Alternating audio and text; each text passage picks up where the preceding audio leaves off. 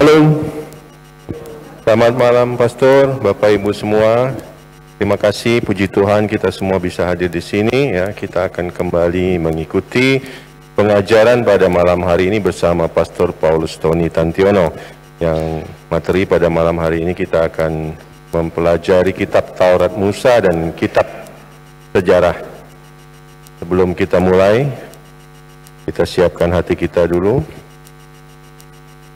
Mari kita angkat tanda kemenangan kita. Dalam nama Bapa, Putra, dan Roh Kudus. Amin. Allah Bapa di surga, terima kasih Kau teguhkan kami pada hari ini untuk hadir di sini. Terima kasih atas penyertaan-Mu sepanjang hari ini tadi. Terima kasih atas segala kasih-Mu, berkat-Mu, dan kesehatan bagi kami. Terima kasih Bapa.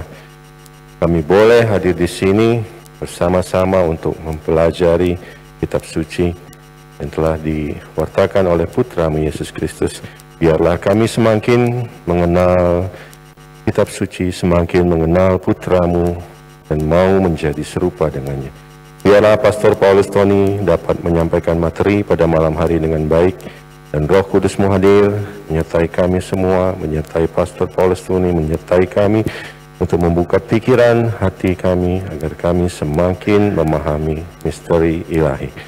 Terima kasih Bapa, semua ini kami mohon dengan perantaraan Putra-Mu terkasih Tuhan kami Yesus Kristus. Amin. Dalam nama Bapa, Putra, dan Roh Kudus. Amin. Kita langsung saja, silakan Pastor.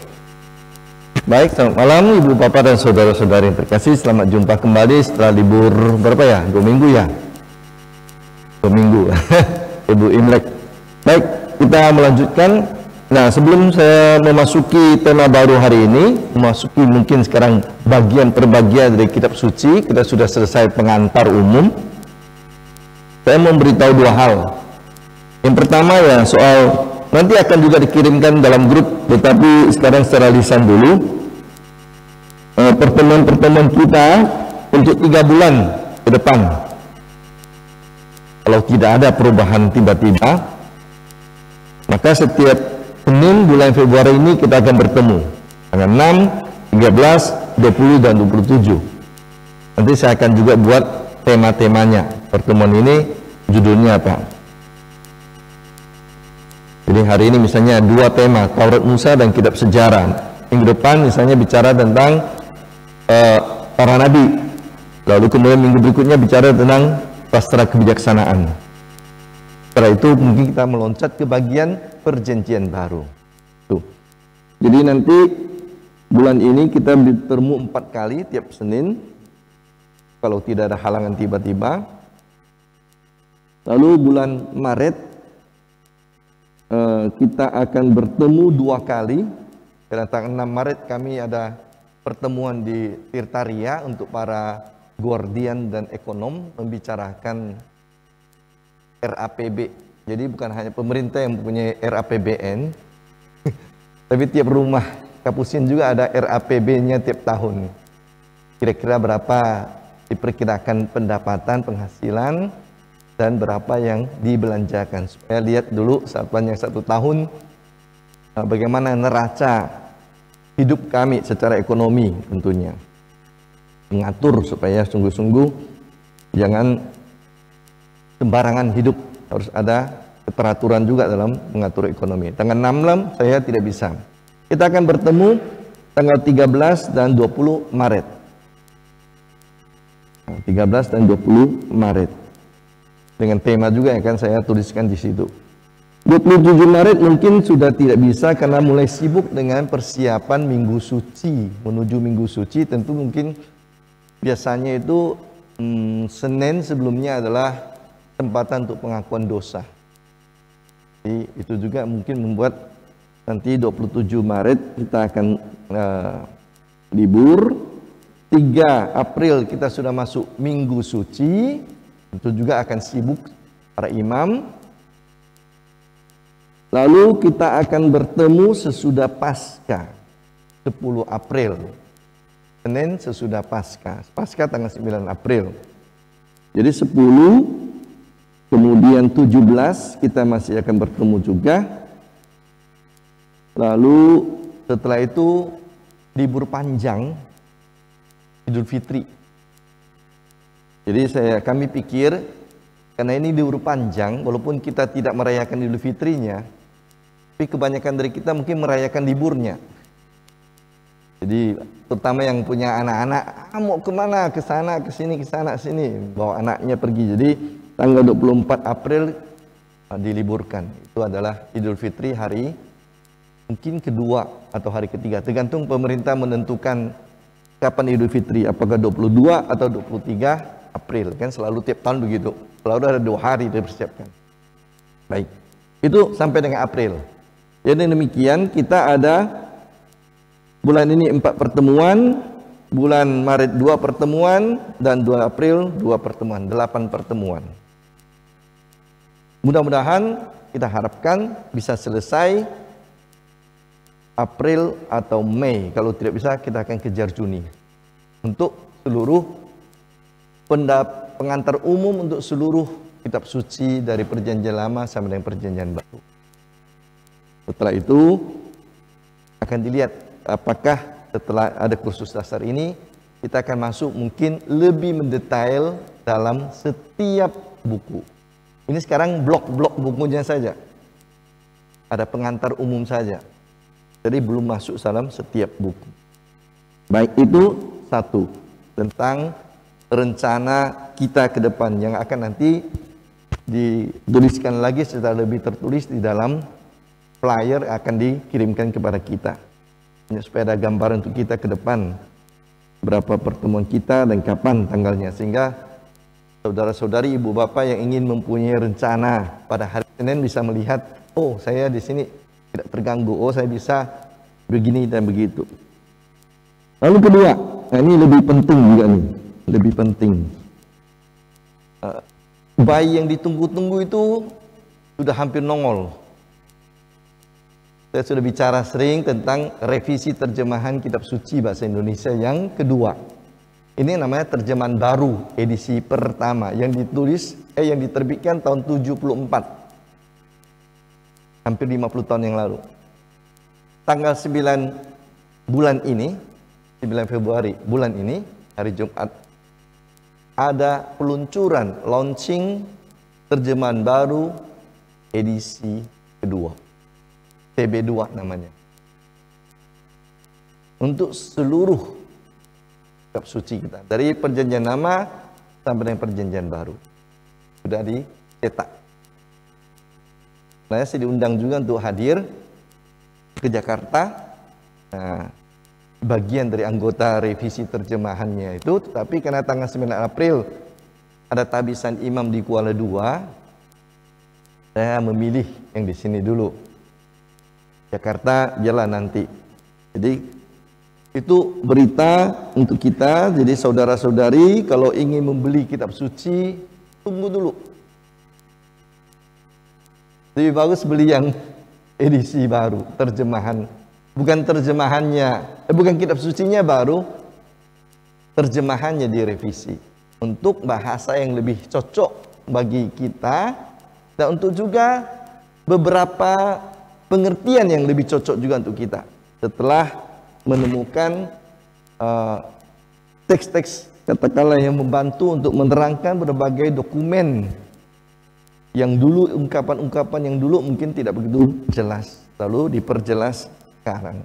Di 9 April nanti akan ada peluncuran edisi baru dari terjemahan 2 dari kitab suci kita. Saudara-saudari bisa menunggu sebentar. Kalau mau lebih sabar lagi, mungkin kadang-kadang kita tahu kan, cetakan pertama yang saya biasanya ada kata yang keliru. Sudah kita koreksi pun sebaik mungkin, biasanya masih ada yang keliru. Entah salah ketik lah, entah ada yang hilang lah, atau apa. Nah, kalau mau sedikit lebih bersabar, mungkin nanti apa namanya ya, cetakan kedua atau ketiga mungkin dia akan lebih sempurna untuk edisi TB2 nanti. Tuh, jadi saudara-saudari, tandanya ada yang mendengar juga teman-temannya atau kalangan kelompok atau jemaat atau gereja mau membeli kitab suci, tunggu, sabar. 1 bulan lagi paling tidak. Kita akan mendapatkan kondisi yang terbaru kita.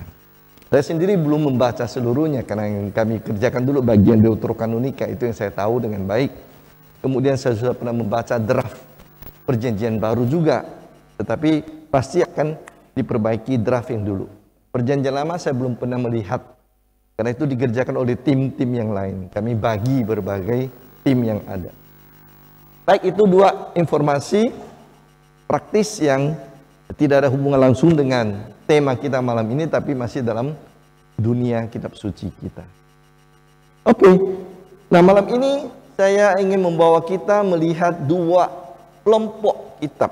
Jadi secara singkat saja, 2 kelompok kitab dari perjanjian lama, yakni hilang. Nah, yang kita sebut dengan Taurat Musa atau bahasa lebih kerennya Pentateuch. Penta artinya 5, Theukos itu adalah kitab, 5 kitab, atau orang Italia menyebutnya Pentateuco, Pentateuch. Lalu yang bagian kedua adalah kitab-kitab sejarah yang bisa diwakilkan dalam cerita hakim-hakim dan raja-raja. Nah, kita langsung masuk saja di bagian ini agak terpotong di sini. Andi, yang layar ini mungkin agak terpotong, mungkin bisa digeser sedikit ya.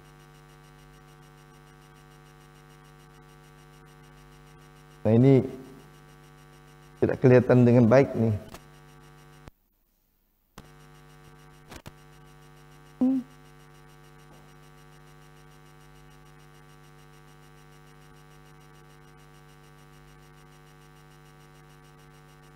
Cocok? Belum? Masih? Geser kiri kanan. Oh? Apa? Oh iya, dikecilkan di situ. Sorry. Di apa lagi?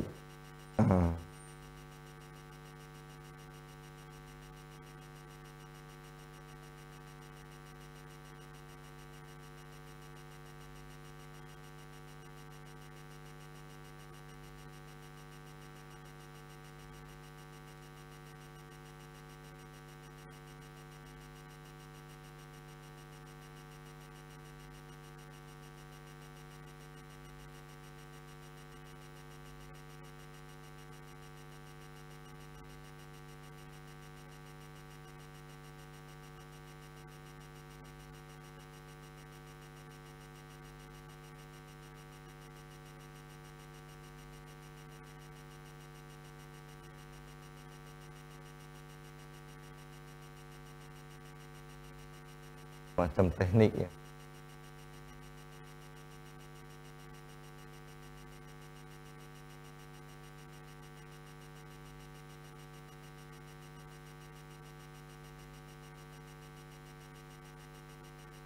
Oke.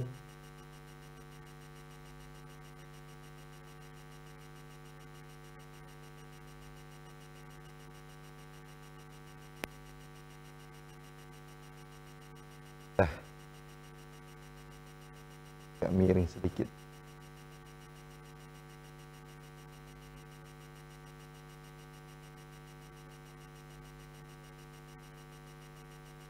Oke. Nah, saya bisa.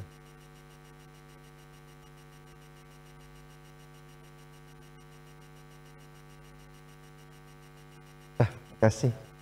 Baik. Nah, kita lihat bagian blok pertama Taurat Musa, atau 5 buku pertama dari kitab suci perjanjian lama kita. Kita tahu urutannya ialah Kejadian, Keluaran, Imamat, Bilangan, dan Ulangan.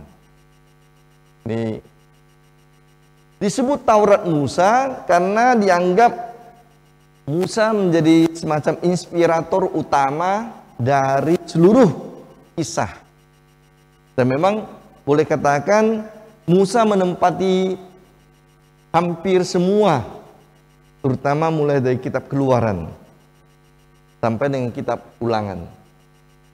Walaupun kita tahu bahwa bukan Musa yang menulis semua buku tersebut. Bukan Musa, tetapi sebagian datang dari zaman Musa, tetapi rata-rata itu ditulis juga oleh beberapa orang dari waktu yang berbeda-beda, dari zaman yang berbeda-beda. Jadi bukan dari satu tangan saja, tapi dari berbagai tangan dan dari berbagai zaman. Tetapi Musa lah yang menjadi semacam tokoh utama dari kelima buku tersebut, kecuali Kejadian tentunya ya. Kejadian berakhir dalam cerita Yakub dan keluarganya. Keluaran mulailah di situ peran Musa muncul. Nah, kelima buku tersebut dalam kenyataannya tersusun melalui ratusan tahun. Kalau kita ingat, pernah saya katakan teks tertua dari kitab suci kita itu bahkan datang dari abad ke-11 sebelum Masehi. Jadi ini, dan kisah-kisah tentang Musa dan teman-temannya, atau katakan lebih bagus, 5 buku pertama ini, itu baru mendapatkan wujud yang nyata dalam bentuk tulisan lengkap itu pada saat pembuangan ke Babilonia. Kita ingat, sebelum kita libur, mempelajari sejarah Perjanjian Lama dengan buku-buku yang ditulis, Taurat Musa, kelima buku pertama itu baru mendapatkan wujud yang nyata dalam gulungan-gulungan tertulis lengkap pada abad ke-6 sebelum Masehi, pada saat orang Israel berada dalam pembuangan ke Babilonia antara tahun 587 sampai dengan tahun 538 sebelum Masehi. Jadi padahal cerita Musa sudah jauh mulai di sebelumnya kan itu. Kapan mulai cerita Musa? Tahun 1000 sekian sebelum Masehi. Kita tidak tahu persis sekian abad keberapa, tetapi kita tahu bahwa itu pasti sekitar tahun 1500-1600-an sekitar itu sebelum Masehi. Jadi ini kisah yang dituangkan mulai dari tradisi lisan, turun-temurun, disampaikan, baru kemudian pelan-pelan dituliskan dalam teks yang kita miliki sampai sekarang. Dan itu baru terwujud tahun 500-an sebelum Masehi. Jadi perjalanan yang panjang sekali dan tentu melewati juga banyak tangan. Kita tidak tahu berapa persis tangan yang bekerja, yang dipakai oleh Tuhan untuk menuangkan teks-teks seperti itu. Nah, karena itu kalau kita baca dengan baik, saya tidak akan masuk secara rinci ke dalamnya, tapi kalau kita baca dengan baik dan sedikit kita memberikan perhatian, kita akan menemukan bahwa memang cerita di dalamnya itu mempunyai berbagai gaya yang berbeda. Berbagai gaya yang berbeda. Siapa yang sudah pernah membaca kitab Bilangan? Ada yang pernah membaca kitab Bilangan? Apa bedanya kitab Bilangan dan kitab Kejadian?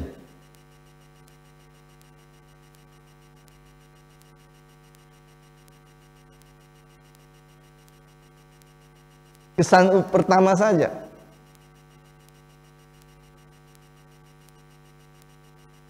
Namanya pun kitab Bilangan, artinya di kitab itu banyak sekali berbicara tentang angka-angka.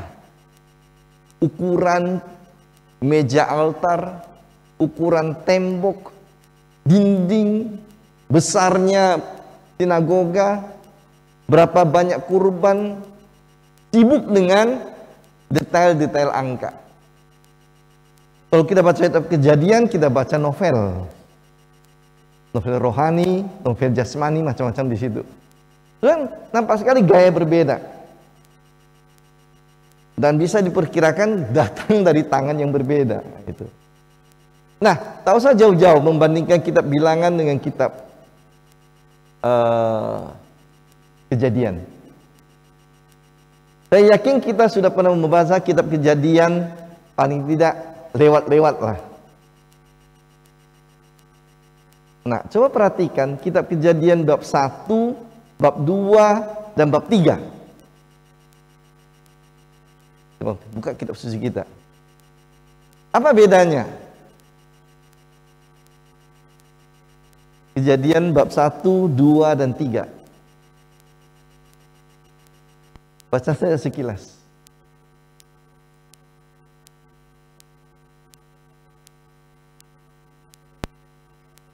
Jadi bukan hanya antar kitab saja ya. Di dalam satu kitab pun kita bisa menemukan ada tangan yang berbeda. Kejadian 1, 2, 3. Itu 3 bab pertama dari kitab pertama kitab suci kita.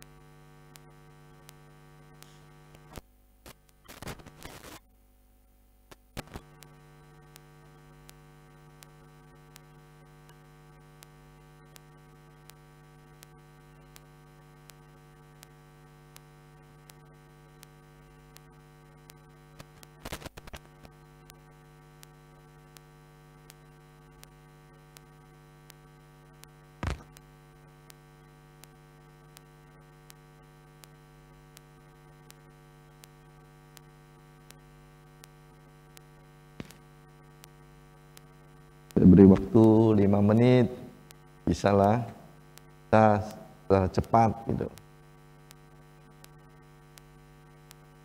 Paling tidak bab 1, bab 2 lah.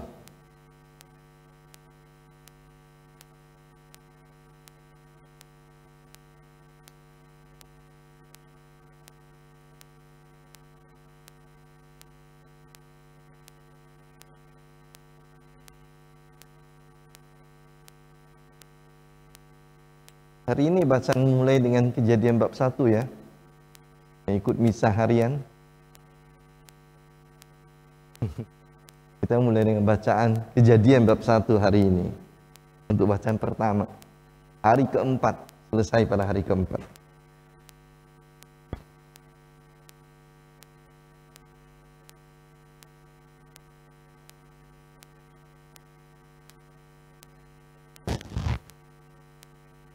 Ada yang sudah menemukan sesuatu yang menarik pada bab 1 dan bab 2?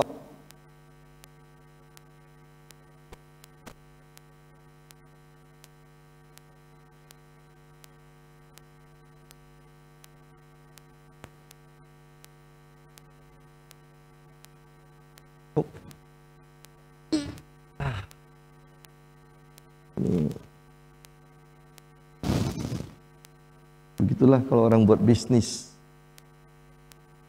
USB yang biasa dibuat jadi ini. Pintu anak-anak sebenarnya ini.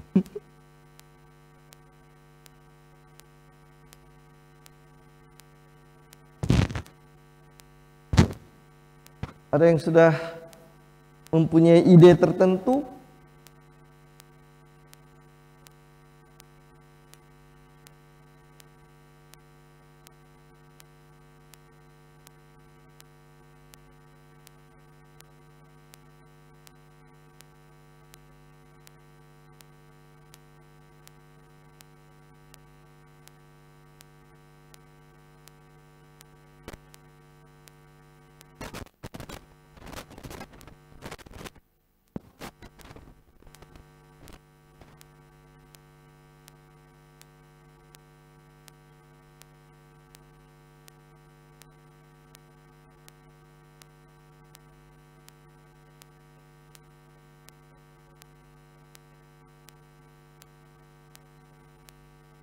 Nah, ini keuntungan memakai teks yang tertulis dibanding dengan HP.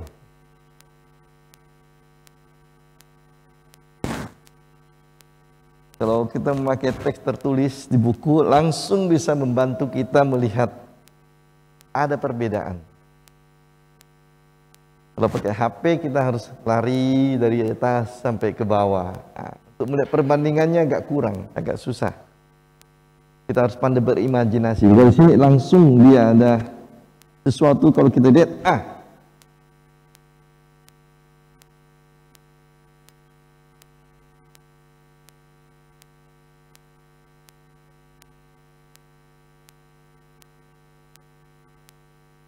silakan.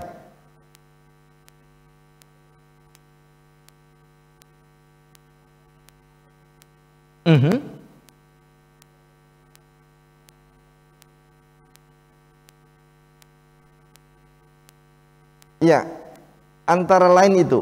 Kalau kita lihat bab 1, terutama bab 1, kalau kita perhatikan bab 1 ayat 1 sampai dengan bab 2 ayat 4.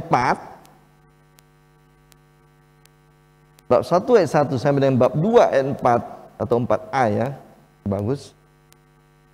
Itu sangat teratur urutannya dan caranya dan sistematikanya.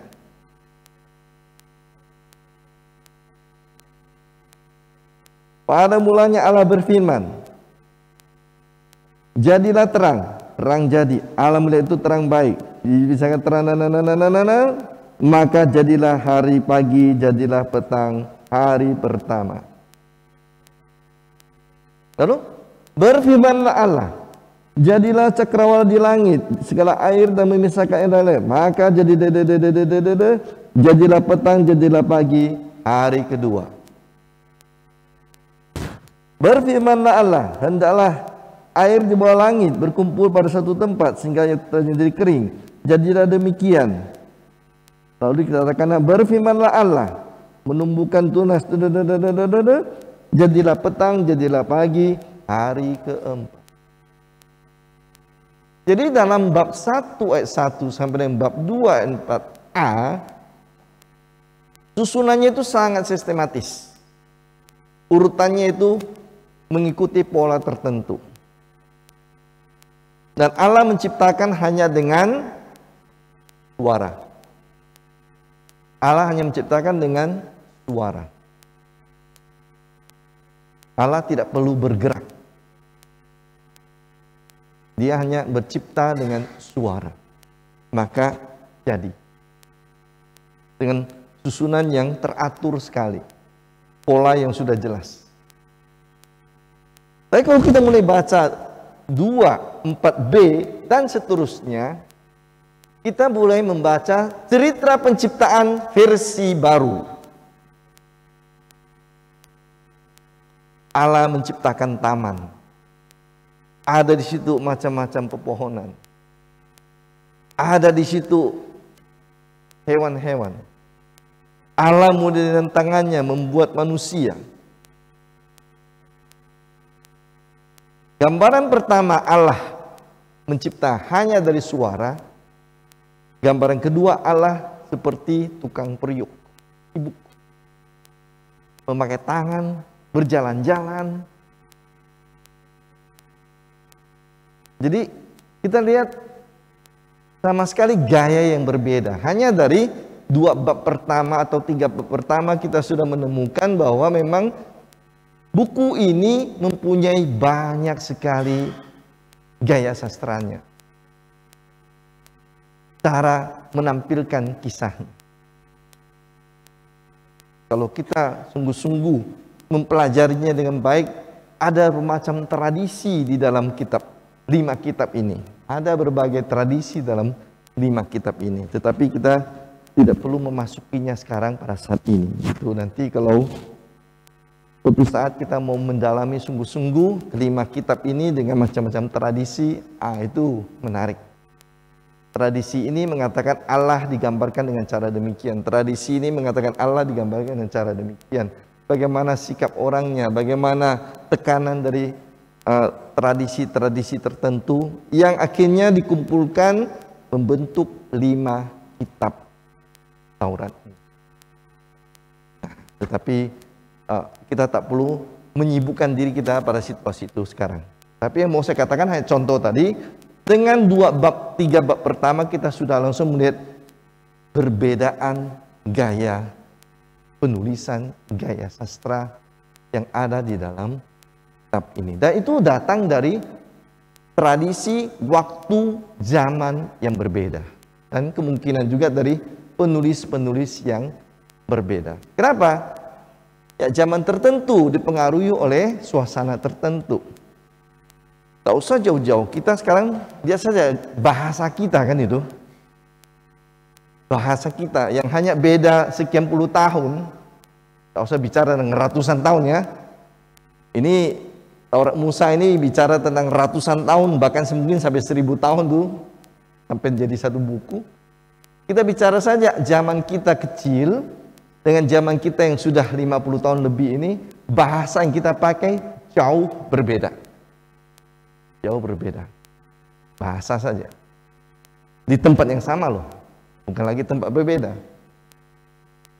Orang yang masih sama menghidupi hidup ini sudah menemukan bahasa kita sudah beda sekali dengan bahasa dan gaya orang-orang dulu maupun yang sekarang. Ini contoh kan itu. Baik. Nah, kalau kita mau melihat dalam kelima buku Taurat Musa ini ada 2 hal yang ditekankan pertama-tama. Yang pertama yang disebut dengan Haggadah. Apa itu? Haggadah berarti buku ini merekam kenangan, cerita, memoria dari sejarah iman orang Israel. Ini. Jadi dia merekam sejarah, cerita iman nenek moyang Israel sampai dengan zaman buku itu ditulis. Itu disebut dengan Haggadah. Haggadah bahasa Ibrani. Jadi merekam kisah, cerita, kenangan, memoria yang datang dari nenek moyang dulu sampai dengan buku itu ditulis dari sekian ribu tahun atau sekian ratus tahun. Maka dalam Taurat Musa kita menemukan rentetan cerita seperti itu. Walaupun gayanya beda-beda. Dan yang kedua, tekanannya bukan pada cerita saja. Cerita itu memuat hal yang penting, yakni apa? Bagaimana sikap tingkah laku orang Israel berhadapan dengan Allah. Itu yang disebut dengan halakah. Jadi yang pertama tadi ada kisah keselamatan tentu. Allah melalui cerita orang Israel dari nenek moyang mereka sampai buku itu ditulis. Yang kedua ialah dalam cerita itu direkam, dibukukan apa yang telah dibuat sikap orang-orang Israel. Tentu berkaitan dengan apa? Iman mereka juga. Baik itu sikap yang baik atau sikap yang jahat. Yang moralnya tinggi atau yang moralnya buruk. Itu direkam bersama. Jadi karena itu jangan heran buku Taurat Musa itu mempunyai banyak warna. Di mana digambarkan perpecahan keluarga. Di mana digambarkan iri hati. Misalnya keluarga Yakub juga begitu kan. Saudara-saudara Yusuf iri hati pada Yusuf.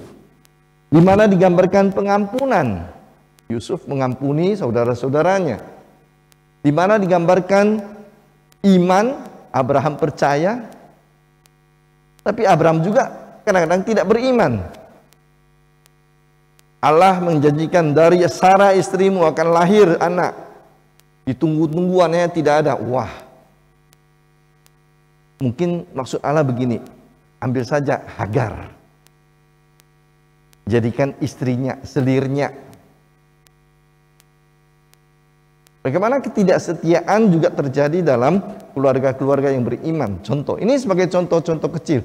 Jadi, kitab ini merekam kisah sejarah keselamatan, tapi sekaligus juga merekam semua tindakan sikap orang-orang yang dijadikan contoh iman atau orang yang dijadikan contoh tidak beriman dalam kitab suci. Lot, Nuh, dan macam-macam. Dua hal ini menjadikan ciri utama dalam seluruh kitab Taurat Musa. Ini bagian kitab Kejadian, belum lagi kita masuk dalam bagian Keluaran, tentang Musa, tentang Firaun, tentang Harun. Kembali tadi, keluarga pun masih berdebat. Miriam, Harun cemburu pada Musa. Tapi Musa mohon ampun pada kejahatan mereka. Ceritanya kan Musa yang dianggap lebih dekat dengan Tuhan, Miriam dan Harun saudaranya merasa cemburu. Lalu mulailah cerita macam-macam, mulai membuat fitnah. Mereka dapat hukuman. Siapa yang dapat hukuman? Si Miriam. Dapat apa? Penyakit kusta gitu. Datang Musa, Tuhan tolong gitu, sembuh. Macam-macam cerita ada di dalam. Hilang. Itu dia. Jadi kedua aspek ini menandai ciri utama dari kelima buku Taurat Musa ini. Dan ini menunjukkan identitas Israel. Sudah identitas yang terbawa terus sampai dengan seluruh Israel bertemu dengan Yesus. Sama juga. Tidak ada yang baru di bawah matahari. Tidak ada yang baru di bawah matahari. Ketika Yesus datang, dia berhadapan dengan dua sikap yang sama. Yang percaya dan yang tidak percaya. Jadi, tingkah laku ini bukan hanya sebenarnya ada di dalam ciri kitab 5 buku pertama, tetapi juga dalam seluruh sejarah Israel sampai dengan Yesus datang. Sampai dengan Yesus. Baik. Nah, dari seluruh Taurat Musa ini, 5 buku pertama ini, apa benang merah? Apa benang merah yang bisa kita lihat? Jadi kita tidak membahas setiap buku, Kejadian apa, Keluaran apa, Bilangan apa, atau Imamat apa, atau Ulangan. Kita melihat ada benang merah dari keseluruhan 5 buku Taurat Musa tersebut. Benang merahnya ialah menekankan pada hukum Tuhan atau hukum Taurat yang menjadi inti perjanjian Allah bangsa Israel. Jadi hukum Tuhan adalah inti perjanjian bangsa Israel dengan Allah. Dan itu dirumuskan dengan 10 perintah Allah. 2 loh batu itu.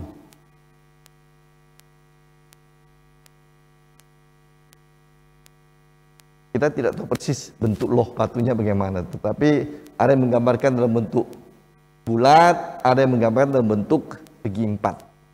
Masing-masing punya interpretasinya kan. Kita tidak punya lagi rekamannya. Bentuknya bagaimana. Tapi yang jelas ada 2 keping. 2 keping batu yang ditulisi oleh katanya jari-jari Allah yang berisi 10 perintah Allah. 1 loh, hubungan Allah dan manusia, dan 1 keping manusia dengan manusia. Dan itulah inti dari kelima buku Musa tersebut. Kedua loh batu ini, 10 perintah ini merupakan simbol perjanjian Allah dan manusia. Dan tema perjanjian inilah yang nampak dalam perjalanan kelima buku Musa. Tema perjanjian ini. Tema pertama dari kelima buku pertama adalah di mana perjanjian dijadikan sebagai tanda kehadiran Allah dan sabdanya, tonggak sejarah. Ada berbagai tahapan di dalam tema perjanjian tersebut. Yang pertama ialah ini, Allah menciptakan dunia dan manusia. Inilah perjanjian yang awal, yang pertama. Ketika Allah membuat janji kepada kepada Adam dan Hawa, engkau akan berbahagia, silakan memenuhi bumi ini dengan keturunan kalian, silakan mengurus tanah ini sebagai milik kalian, beranak cuculah dan berkembang biaklah, kuasailah bumi ini, taklukkanlah itu. Itu perjanjian yang pertama. Allah memberikan dunia ini ke dalam tangan manusia untuk diurus. Di puncak. Makanya ditempatkanlah manusia dalam kisah penciptaan bab 1 pada hari ke-6. Hari terakhir sebelum Allah beristirahat dari mencipta. Karena manusia sebagai puncak, dan kepadanya lah diberikan tugas sekaligus karunia. Tugas sekaligus karunia. Rahmat itu selalu tugas tapi juga karunia. Berkat adalah tugas tapi sekaligus juga pemberian. Nah, itu tahap pertama. Perjanjian itu. Walaupun kemudian kita tahu bahwa manusia gagal. Silahkan makan semuanya kecuali yang di tengah taman itu. Jangan. Begitu engkau memakannya, kamu akan binasa. Mungkin Tuhan tak perlu bilang begitu. Manusia memang semakin dilarang semakin senang kan gitu ya. Udah anak kecil, jangan pegang api itu. Semakin kita larang, jangan loncat-loncat, makin cepat dia loncat gitu. Jadi sebenarnya gampang sebenarnya membuat anak kecil itu melakukan apa yang kita inginkan. Katakanlah sebaliknya. Kalau kita bilang, kita jangan harapkan anak-anak jangan main hujan di luar kan. Hujan tuh main-main di luar, nanti dia tinggal di dalam tuh. Karena bisa anak-anak melawan apa yang dikatakan orang tuanya kan itu. Nah, manusia begitu. Kalau Tuhan mengatakan jangan ini, manusia justru cenderung melakukannya itu. Baik, jadi ini kisah penciptaan pertama. Perjanjian yang pertama dilakukan oleh Allah dengan Adam dan Hawa gagal. Walaupun demikian Allah tetap memberi kesempatan. Lalu Allah memperbaharui perjanjiannya. Yang kedua adalah perjanjian dengan Nuh. Nah, kita ingat cerita Nuh ya.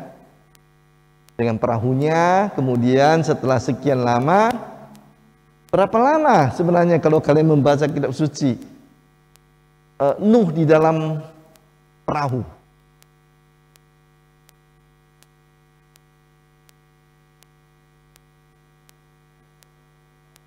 Itu hujannya.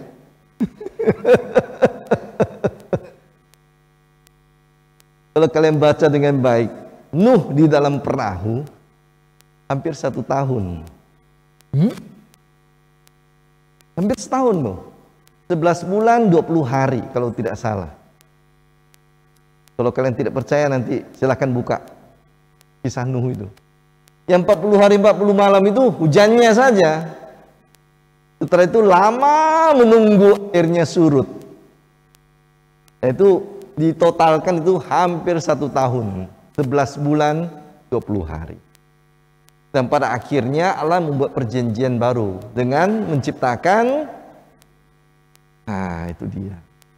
Kalau aku menurunkan hujan, hendak membinasakan bumi ini lagi, lalu nanti lihat pelangi, oh ya aku ingat dulu perjanjian bahwa aku tidak akan membinasakan lagi manusia. Seperti yang telah terjadi. Sebenarnya kisah-kisah seperti itu sebenarnya yang sebenarnya kisah etiologi. Apa artinya etiologi? Etiologi.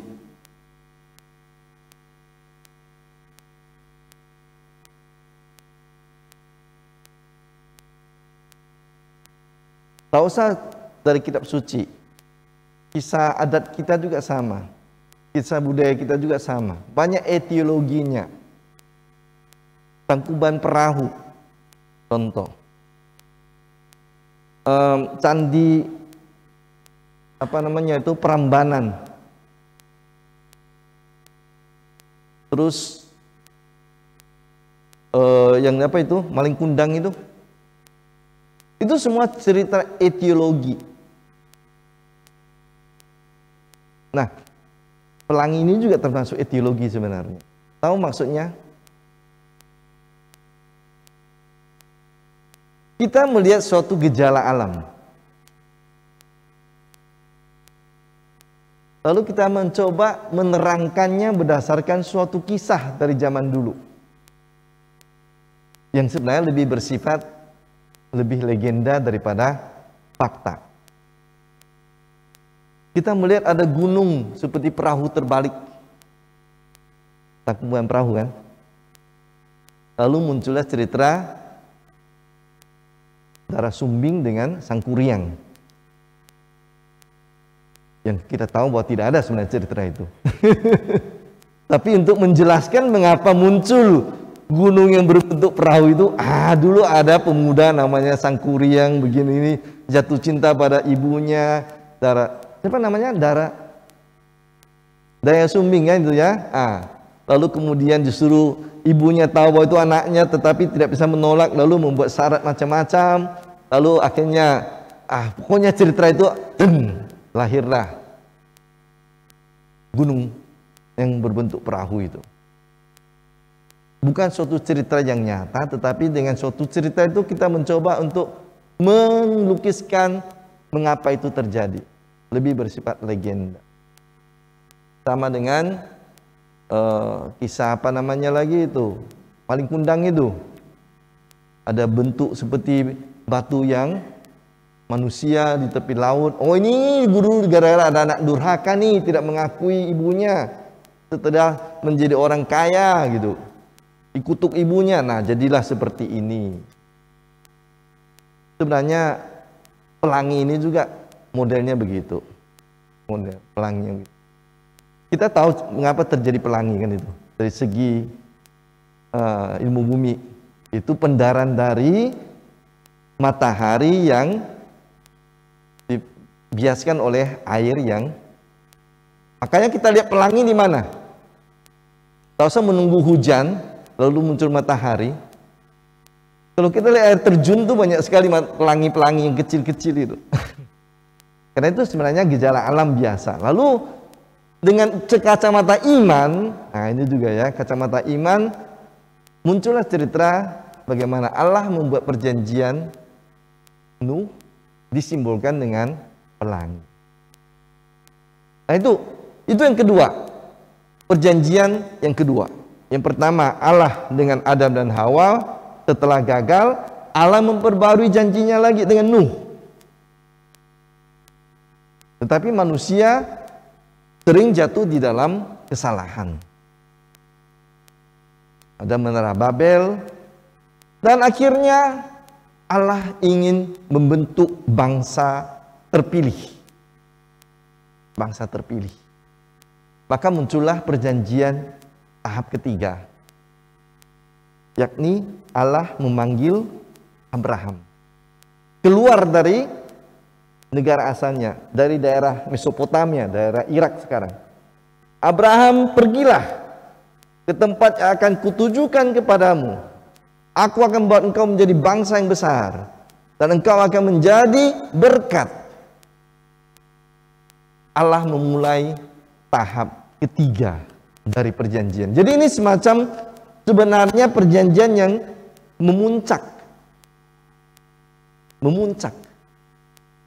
Tahap dasar, berikutnya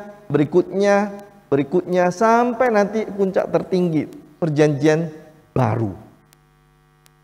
Nah, 5 tahap pertama itu ada dalam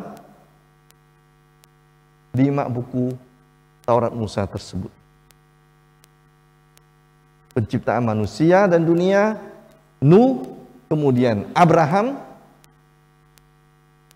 Dan di situ ditandai dengan sunat untuk keluarga Abraham. Kemudian 3 janji Allah tadi, tanah, keturunan, dan berkat. Walaupun di situ kita pelajari juga, tadi saya sudah katakan bahwa ini tidak gampang datangnya, perlu waktu begitu lama, perlu perjuangan jatuh bangun dalam iman untuk Abraham, untuk Sarah, untuk Ishak, yang berhadapan juga dengan kasus dengan Hagar dan Ismail. Tapi ini kita lihat Allah tetap mendampingi orang yang dipilihnya, meneguhkan orang-orang yang dipilihnya. Abraham, itulah tahap ketiga.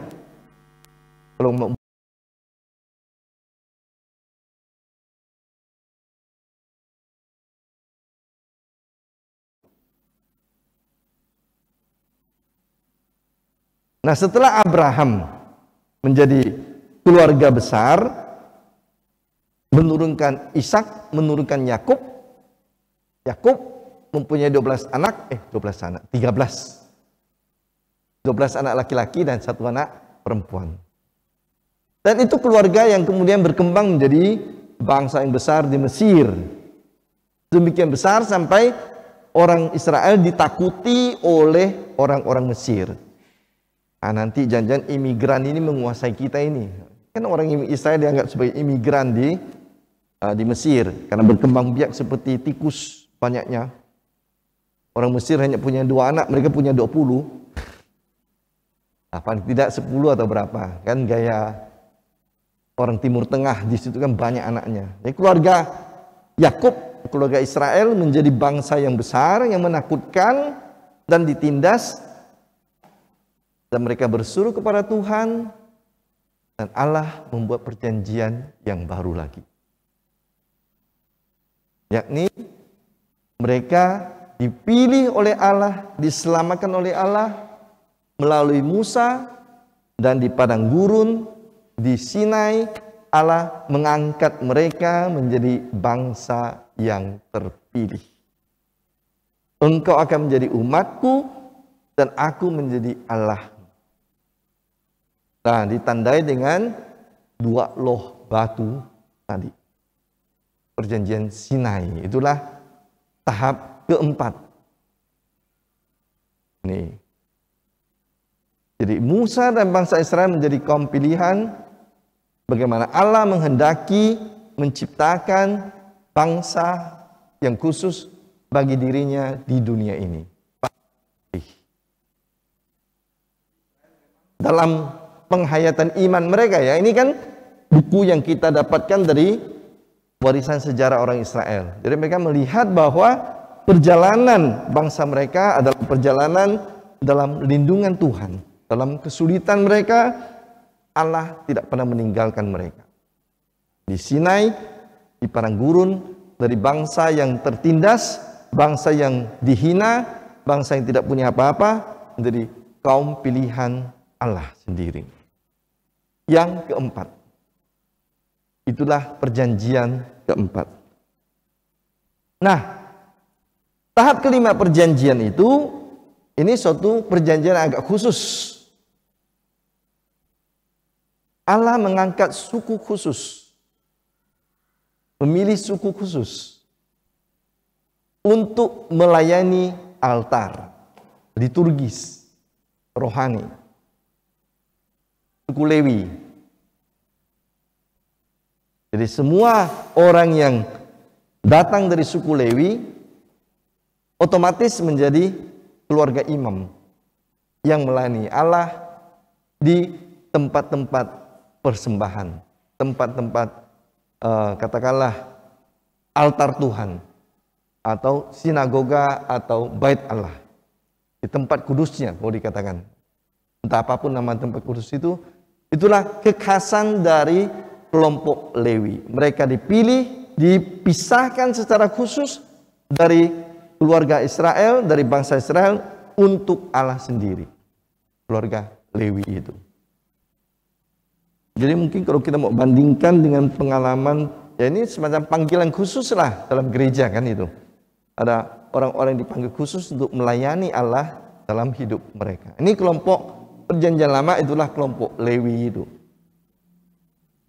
Ini sedikit berbeda dengan sebenarnya ada panggilan yang lebih khusus untuk imam yang kemudian menjadi cikal bakal dari keberadaan imam agung. Saya tahu ya, ada imam agung, ada imam biasa. Nah, imam biasa ini adalah kelompok Lewi. Imam agung ini sedikit lebih khusus. Siapa imam agung pertama dalam panggilan Allah? Yang berbeda dengan Lewi yang dipanggil secara berkelompok. Kalau kita mau sebut imam agung dan imam-imam biasa, itulah. Lewi ini kelompok imam biasa. Tapi ada jalur yang disebut imam agung. Nah, imam agung yang pertama adalah Harun. Ketika Allah memisahkan dan meminta Harun untuk membantu Musa, itulah imam agung pertama. Dan itu nanti berjejer, berurut sampai dengan zaman Yesus.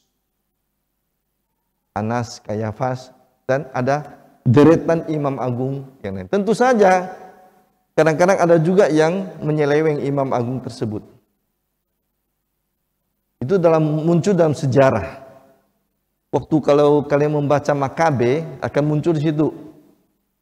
Ada imam agung tandingan yang bekerja sama dengan penjajah. Mungkin mirip juga dengan sejarah gereja kita ya. Ada paus tandingan. Kan dalam abad-abad pertengahan itu, di mana gereja kita sejarahnya tidak selalu indah, ada muncul paus, ada paus tandingan. Bukan hanya satu, kadang-kadang dua. Jadi ada dalam sejarah kita, dalam sejarah gereja, kita sampai mempunyai 3 orang yang disebut dengan paus. Yang resmi 1, yang 2 tandingan. 2 tandingan ini datang dari ya keluarga-keluarga yang mau. Karena apa? Karena dulu paus itu bukan hanya penguasa rohani seperti sekarang, walaupun sekarang kita juga sebut negara ya, tapi itu rohani saja. Dulu paus itu punya kuasa besar itu. Dia juga yang melantik raja. Jadi siapa mempunyai kekuasaan sebagai paus itu di tangannya adalah bukan hanya kemuliaan, tapi juga harta. Dulu begitu, sejarah gereja kita. Jadi imam agung juga dulu begitu. Ada garis yang lurus, ada juga yang tandingan-tandingannya. Tetapi dalam jalur orang Israel ada 2 garis imam. Imam yang khusus imam agung, dan imam Lewi ini dalam perjanjian 5 ini adalah imam-imam yang memang dipilih dari suku khusus itu. Kalau kamu lahir di suku Lewi, otomatis kamu mempunyai garis keturunan imam. Jadi panggilannya ialah kalau lahir di kelompok Lewi. Baik, ini tahap ke-5. Lalu ada perjanjian sebenarnya yang tidak begitu kentara, tetapi itu akhirnya disebut juga perjanjian tahap ke-6, yakni dimulainya dinasti raja-raja yang memakai simbol Daud sebagai nenek moyang dari puncak perjanjian Allah dengan manusia, yakni apa? Kelahiran Yesus. Jadi puncak dari seluruh perjanjian Allah dengan manusia adalah datangnya Mesias yang diakui sebagai Raja dunia dan Imam Agung satu-satunya yang kekal. Dalam surat kepada orang Ibrani dikatakan Yesus adalah Imam Agung yang kekal. Kalau Imam Agung manusia merayakan kurban untuk dirinya, untuk orang lain, lalu bisa mati, Yesus adalah Imam Agung yang kekal. Merayakan kurban untuk orang lain. Satu kali untuk selama-lamanya. Dan Raja atas surga dan dunia. Nah ini puncak yang terakhir. Tentu itu dalam perjanjian baru. tetapi keberadaannya sudah hadir di dalam konsep ketika Daud diangkat menjadi raja, dan dari garis keturunan Daud inilah akan datang Mesias. Jadi jangan heran mengapa Yesus disebut dengan anak Daud. Bukan anak langsung, tapi keturunan dari Daud. Nah, ini perjanjian yang ke-6. Di Daud yang nanti akan menurunkan menjadi sumber saluran puncak perjanjian terakhir, atau boleh ya kalau kita puncak kepenuhan lah. Puncak kepenuhan perjanjian Allah dan manusia, yakni Yesus Kristus, Mesias. Sehingga Yesus bisa mengatakan dengan jelas, aku datang bukan untuk menghapus hukum Taurat, tetapi aku datang untuk menggenapi, menyempurnakan. Nah, ini bacaan minggu depan ya. Injil minggu depan. Dalam Matius katakan juga, aku datang bukan untuk meniadakan, tetapi aku datang untuk menyempurnakan, memenuhi. Nah, itulah puncak dari perjanjian Allah dan manusia. Sudah diramalkan di dalam kitab Yeremia bab 31. Allah akan mengadakan perjanjian bukan lagi dengan loh batu yang bisa hancur, tapi perjanjian Allah dan manusia dalam hati manusia sendiri, di mana roh Allah tinggal, di mana Yesus hadir di dalam diri manusia. Setelah kepenuhan, ialah kurang H ya itu ya, bukan lala, ialah kurang H, kepenuhan rencana Allah dan keselamatan umat.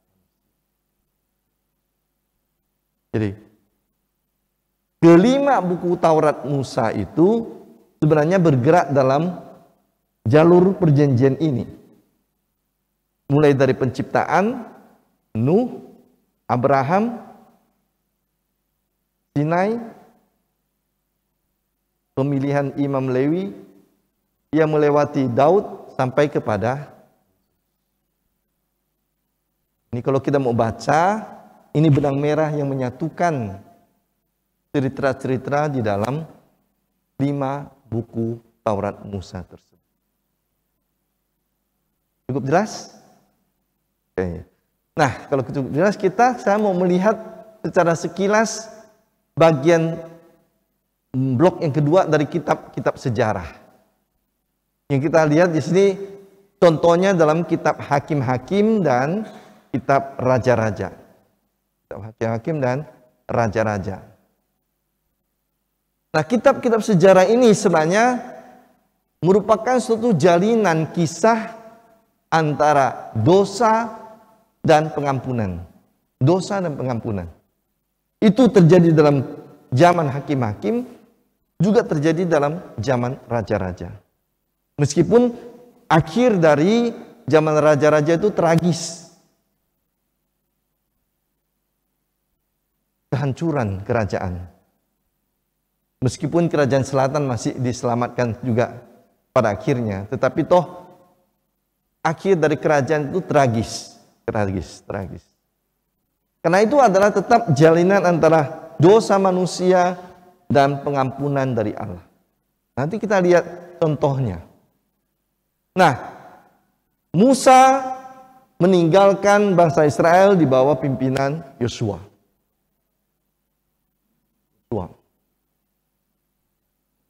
Yosua membawa orang Israel masuk tanah terjanji.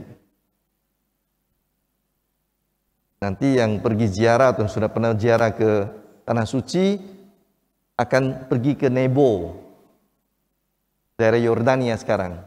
Di atas Nebo itulah melihat daerah tanah Kanaan, daerah Israel. Dan Musa membawa orang Israel, Musa meninggalkan orang Israel di sana, dan Yosua menyeberang sungai Yordan, memasuki tanah Kanaan melalui Yeriko. masuk ke sana.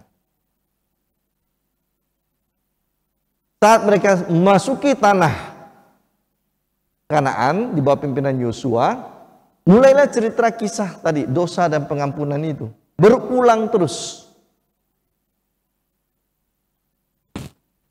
Yosua sebagai perintis hakim, kita boleh sebut perintis hakim, sebelum meninggal dia menantang orang Israel. Kalian bebas memilih jalan Tuhan atau dewa-dewi, memilih kehidupan atau kematian, mirip dengan Musa juga sebelum meninggal. Dan Yosua mengatakan, aku dengan keluargaku memilih mengikuti Yahweh Allah Israel. Silakan kalian pilih yang lain. Lalu mereka mengatakan, kami juga memilih Yahweh. Oke. Di mulut begitu, lain di bibir, lain di hati. Dan terjadilah di satu saat mereka mengatakan kami memilih mengikuti Tuhan, tapi dalam kenyataan nanti mereka akan menyeleweng. Muncullah dosa dan jadilah suatu siklus yang akan berulang terus-menerus dalam kitab Hakim-Hakim. Apa itu? Pertama, orang Israel tidak setia pada Tuhan. Mereka ikut dengan dewa-dewi, mereka mengorbankan dewa-dewi, mengorbankan anak-anaknya pada dewa-dewi, tidak menyembah Tuhan, tidak lagi taat pada hukum kesucian dan kekudusan Israel, ikut dalam ibadat dan cara hidup orang asing. Mereka tidak setia. Lalu Allah meninggalkan mereka. Mereka ditindas oleh orang Filistin, oleh musuh-musuh orang Israel, dijajah, menderita. Nah, saat mereka menderita, dijajah, mereka sadar akan dosa mereka, lalu mereka berteriak, minta ampun Tuhan, minta ampun Tuhan, tolong kami. Kami bersalah, kami mau kembali. Allah mengutus hakim. Allah nanti memilih hakim. Dan hakim ini nanti akan memimpin orang Israel mengalahkan musuh-musuh mereka. Sehingga orang Israel kembali menjadi kuat lagi, berjaya lagi, hidup senang lagi. Dan begitu hidup senang, pelan-pelan lupa lagi pada Allah. Lalu muncul lagi siklus seperti ini, berulang-ulang terus. Jadi kalau kita lihat baca kitab Hakim-Hakim itu, modelnya kurang lebih sama. Permulaan hidup biasa, senang, tidak setia pada Tuhan. Kemudian Tuhan meninggalkan mereka, ditindas, dijajah, sakit, menangis, bertobat. Tuhan mengirimkan hakim, hakim mengalahkan orang-orang musuh mereka, mereka kembali berjaya, lalu jatuh dalam dosa lagi. Dan begitu terus. Sejarah Israel. Siklus yang tak berhenti. Seolah-olah tidak belajar dari kesalahan yang lama. Kalau kita baca, misalnya yang terkenal kitab Simpson kan itu. Begitu modelnya. Gideon, begitu ceritanya. Meskipun tidak selalu lengkap setiap hakim menceritakan hal itu, tetapi inilah yang terjadi. Inilah yang terjadi. Yang sangat jelas misalnya pada saat Gideon dan Simpson. Itu menggambarkan dengan jelas siklus yang ini. Ketidaksetiaan, hukuman, pertobatan, perlindungan, lalu tidak setia lagi, dan kembali lagi ini. Jadi kisah Gideon dan Simpson bisa kita lihat sebagai contoh nyata dari tadi yang dikatakan tadi, dosa dan pengampunan. Ini garis yang menghubungkan kitab-kitab sejarah baik di hakim-hakim maupun raja-raja, dosa dan pengampunan. Hanya di kitab sejarah tidak begitu jelas, karena kitab sejarah lebih menggambarkan kebanyakan dosa raja-raja. Dalam kitab sejarah untuk raja-raja, tidak banyak raja yang sungguh-sungguh saleh. Lebih banyak raja yang menyangkal dan meninggalkan Tuhan. Dan karena itu mereka menghadapi banyak kesulitan berhadapan dengan hukuman dari Tuhan dan serangan dari bangsa-bangsa lain. Tetapi dalam kitab Hakim-Hakim ini sangat teratur diceritakan. Jadi inti dari kitab Hakim-Hakim boleh dikatakan ialah menceritakan dosa utama orang Israel, yakni melalaikan dan melupakan harta karun yang melekat pada rencana Allah dan kasih setia Allah yang selalu sabar pada manusia. Jadi dosa orang Israel yang lupa akan kasih setia Allah yang sabar terus-menerus kepada mereka. Dan di lain pihak digambarkan Allah yang tidak pernah meninggalkan orang Israel, selalu bersedia mendengarkan mereka, menolong mereka. Ini inti dari kitab Hakim-Hakim, bahkan bukan hanya kitab Hakim-Hakim. Ini inti dari seluruh perjanjian baru dan perjanjian lama. Inti dari seluruh kitab suci kita umumnya berkisar di sini.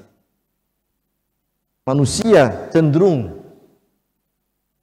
cenderung melupakan Tuhan, walaupun Tuhan berbuat begitu banyak yang baik, tetapi Tuhan selalu setia pada janjinya untuk mengasihi dan menyelamatkan manusia. Selalu bersedia mengampuni manusia yang mau bertobat. Ini bagian dari kisah sejarah orang Israel, kisah sejarah keselamatan manusia. Nah, kalau kita lihat secara sekilas urutan nabi hakim-hakim yang ada dalam kitab-kitab hakim-hakim, ada beberapa nama di situ. Selain Yosua yang sebagai perintis hakim-hakim, maka penggantinya ialah Otniel. Bisa kita baca dalam kitab Hakim bab 3 ayat sekian dan ayat sekian. Setelah Otniel selesai diganti dengan Ehud.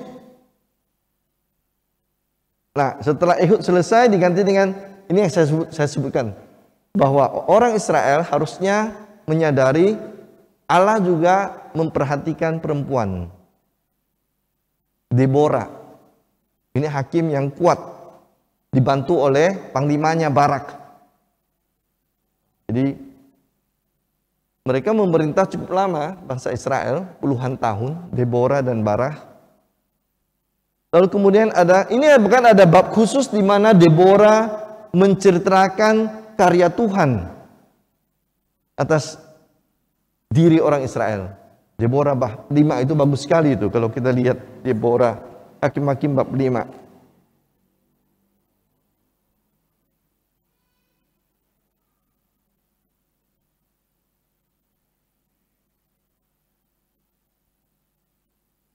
Nah ini nyanyian Deborah, khusus satu bab itu menceritakan bagaimana Allah berkarya dalam dirinya untuk orang Israel. Dan di bawah pimpinan Deborah, orang Israel aman selama 40 tahun. Bayangkan loh, lebih lama dari Soeharto. Soeharto 32 tahun kan. Deborah memerintah dengan baik 40 tahun orang Israel. Bab 5 itu. Lalu kemudian ini yang terkenal juga Gideon. Lalu ada lagi namanya Tora dan Yair. Yefta lagi ini terkenal juga, hakim yang sedikit mulutnya terlalu cepat berbicara tanpa berpikir dengan baik. Tahu kan cerita Yefta? Apa yang menarik dari Yefta, hakim ini? Sembarangan dia ngomong.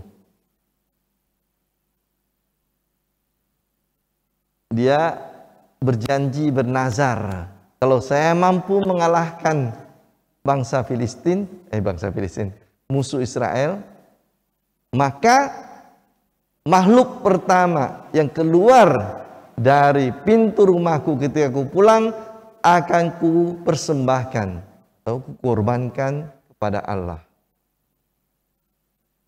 Itulah kalau ngomong tanpa dipikir baik-baik. Menang perang, senang sekali dia pulang. Tiba-tiba begitu dia sampai di depan halaman rumah, bunyi kecapi, kangtung-tangtung keluar. Rupanya putri tunggalnya yang pertama keluar menyambut dia.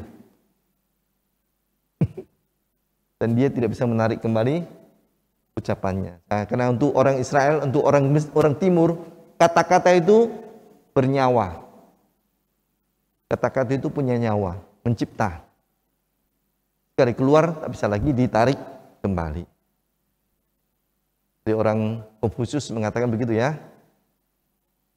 Satu kata keluar dari mulut kita, 4 ekor kuda yang paling cepat tak bisa mengejarnya kembali. Itu kata Konfusius. Memang begitu keluar, kata itu sudah langsung mencipta gitu. Tak bisa lagi ditarik kembali. Yakub ketika ditipu, bukan Yakub, Ishak. Ketika ditipu oleh si Yakub, berikan berkatmu kepadaku Bapak. Oh, siapa kamu? Aku Esau, anakmu yang sulung itu. Rupanya bukan Esau, si Yakub yang menipu. Hanya dia pakai baju bulu kambing, dikasih sedikit bau-bau apa gitu. Tapi suaranya tak bisa diubahnya pula. Suaramu suara Yakub, tapi baumu bau Esau. Bulumu juga katanya. Ya udah, diberkatinya.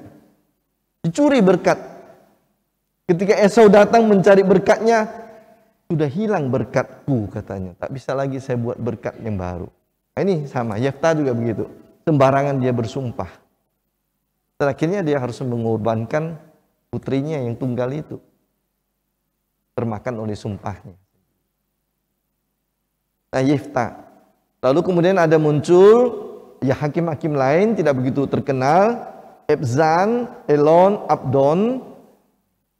Lalu, nah yang terkenal nih, filmnya juga banyak nih, si Samson ini. Samson atau si Simpson kalau bahasa Indonesia. Samson dan Delilah kan itu terkenal lagu itu. Siapa yang pernah nonton film Samson dan Delilah? Itu waktu kita masih remaja ya. Ya anak-anak sekarang mungkin tidak lagi, karena tidak ada lagi film seperti itu. Tapi dulu waktu kita masih kecil, remaja, itu ada film Samson dan Delilah. Samson dan Delilah. Lalu hakim terakhir.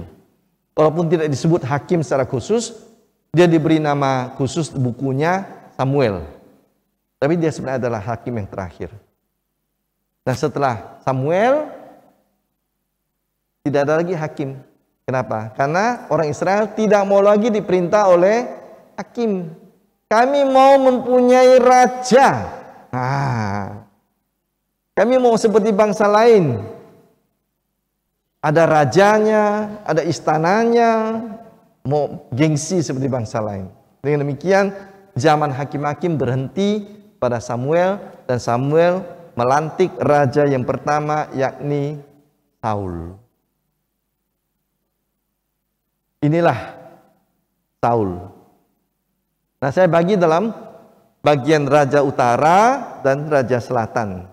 Utara kiri, selatan kanan. Saul, Daud dan Salomo masih satu kerajaan. Masih satu kerajaan. Tetapi setelah Salomo, pecahlah kerajaan menjadi 2. Utara dan selatan. Ini atas dan bawah. Nah, sebelah utara kita lihat, rajanya itu banyak loh. Tahun 922 mulailah perpecahan itu. Di sebelah utara, Yeroboam dengan tahunnya. Nadab, Baesa, Ela, Zimri, Tibni, Omri, Ahab, Ahazia. Kita sambung lagi. Yoram, Yehu, Yoas, Yeroboam, Zakaria, Salum, Menachem, Peka. Dan terakhir adalah Hosea.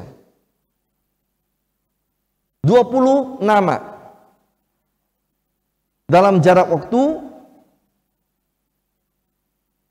922 sampai dengan 724. Atau 722 lah kita sebut. 922, 722 berapa tahun? 200 tahun. 20 raja. 1 tahun rata-rata, 1 raja rata-rata hanya 10 tahun. Ini utara. Selatan, Rehoboam, Abiam, Asa, Yosafat. Saya buat begini karena ini supaya sejajar zaman mereka. Lihat, di sini cepat pergantian, di sini agak lambat. Yosafat, Yoram, Ahasia, Atalia, Yoas, Amazia, Uzia, atau nama lainnya Azaria. Ini 2 nama. Yotam, Ahaz, Hizkia, Manasye, Amon, Yosia, Yoahaz, Yoyakim, Yoyakin, Zedekia. Terakhir. Tahun 586. 922. 922, 586. Berapa tahun? Kurang lebih 400-an ya. Jumlah rajanya juga 20. Jadi lebih lama masa pemerintahan Raja Yehuda Selatan daripada Raja sebelah utara. 2 kali lipat. Di sini hanya 10 tahun rata-rata, di sini rata-rata 20 tahun. Tahun 586 kerajaan Babilonia menghancurkan kerajaan selatan. Mereka dibuang ke Babilonia dan sebagian kecil ke Mesir. Sementara tahun 722 atau 724 orang sebelah utara dibuang ke Assyria, Asyur. Hilang di sana.